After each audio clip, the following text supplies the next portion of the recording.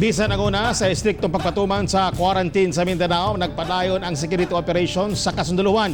Netong Biyernes na engkwentro niini ang mga miyembro sa Abu Sayyaf Group sa Patikul, Sulu.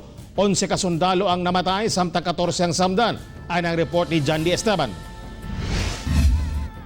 Gihatagan og departure honors sa Western Mindanao Command ang 11 kasundalo sa 21st Infantry Battalion nga namatay dihang naengkwentro niini ang Abu Sayyaf Group sa sitio Budlubong, Barangay Danag, Patikol, Sulu, Biyernes sa hapon.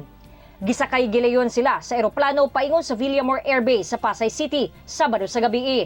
Kung asa gihatagan sab sila og military honors, isip pagrespeto ug pag-ila sa ilang kabayanihan.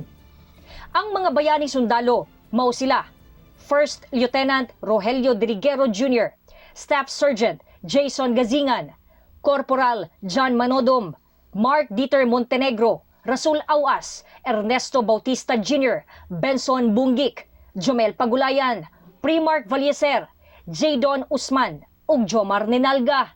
Samtang samdan ang laing 14 pa kasundalo.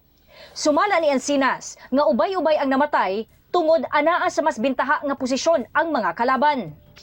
Before on that incident, nagkaroon po kasi ng mga informations as to the atrocities o non-activities itong grupo na ito, kung kaya nagsagawa po ng combat operation itong ating mga kasunduluhan. It so happen nga itong area ng pinangyarihan is a rolling terrain at medyo advantage itong grupo ng Abu Sayyaf. Ang mga samdang sundalo gitauran og Medal Award ni Western Mindanao Commander Lieutenant General Cirilito Sobihana. Makadawat usab og financial ug lifetime pension ang pamilya sa namatay nga sundalo. Bisan parayon ang clearing of combat operations batok sa teroristang grupo, parayon usab ang ilang tahas sa pagtabang sa mga LGU sa pakigkumbate sa COVID-19.